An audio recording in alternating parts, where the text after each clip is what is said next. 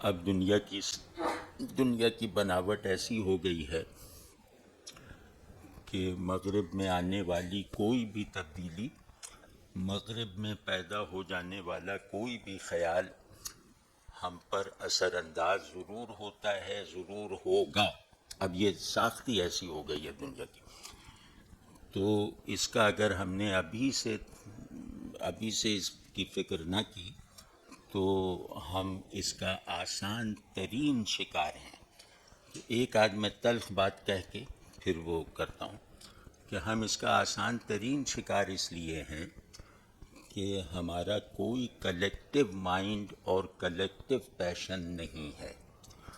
ہم ایک طرح کی گراوٹ بلکہ گھٹیا پن میں خود کو راحت کے ساتھ رکھنے کے عادی ہو چکے ہیں۔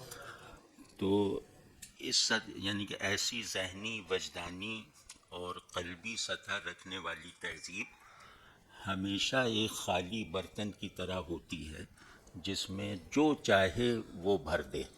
تو ہم گویا ایک خالی برتن کی طرح ہیں جو پوسٹ ماڈرنٹی کا اگر ساقی آیا تو ہم بہت خوش دلی سے اپنے پیالے کو اس کے پانی سے بھروا لیں گے۔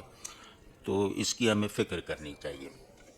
حقیقت اور معنی، اب پوسٹ ماڈرنزم ہی کے تقابل میں محدود کر کے ہم اقبال سے اگر فائدہ اٹھانا چاہیں، یوں کہہ لیں کہ اقبال کا ایپسٹیم ہو، یعنی اقبال کے علم کا سبسٹنس کیا ہے یہ ہمیں جاننا ضروری ہے، یعنی اقبال کا تصور علم کیا ہے یہ جاننا ضروری ہے، ان کا تصور وجود کیا ہے یہ جاننا ضروری ہے۔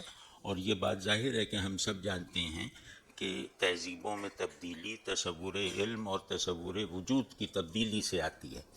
تو یہ تصور علم اور تصور وجود ہی ہے جو کسی تہذیب کو اس کے اصول اور اس کے بنیادی اقدار پر نہ صرف یہ کہ قائم رکھتا ہے بلکہ اسے دوسری تہذیبوں سے ممتاز بھی رکھتا ہے۔ تو اقبال کا تصور علم ہو یا تصور وجود، دونوں کا مادہ، دونوں کا بیسک اور کامن سبسٹنس یقین ہے۔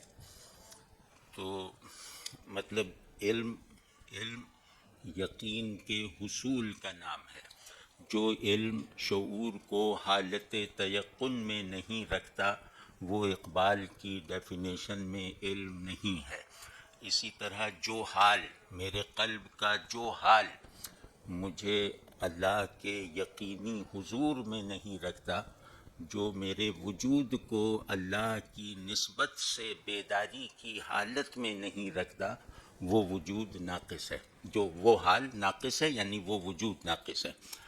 تو اقبال بہت براہ راست طریقے سے پوسٹ ماڈرن ڈسکورس کو اس لاجک پر بھی رد کرنے کی تمام قدرت رکھتے ہیں جس لاجک کو سرے دست پوسٹ ماڈرنزم نے اپنی کسی مجبوری سے قبول کیا ہوا ہے۔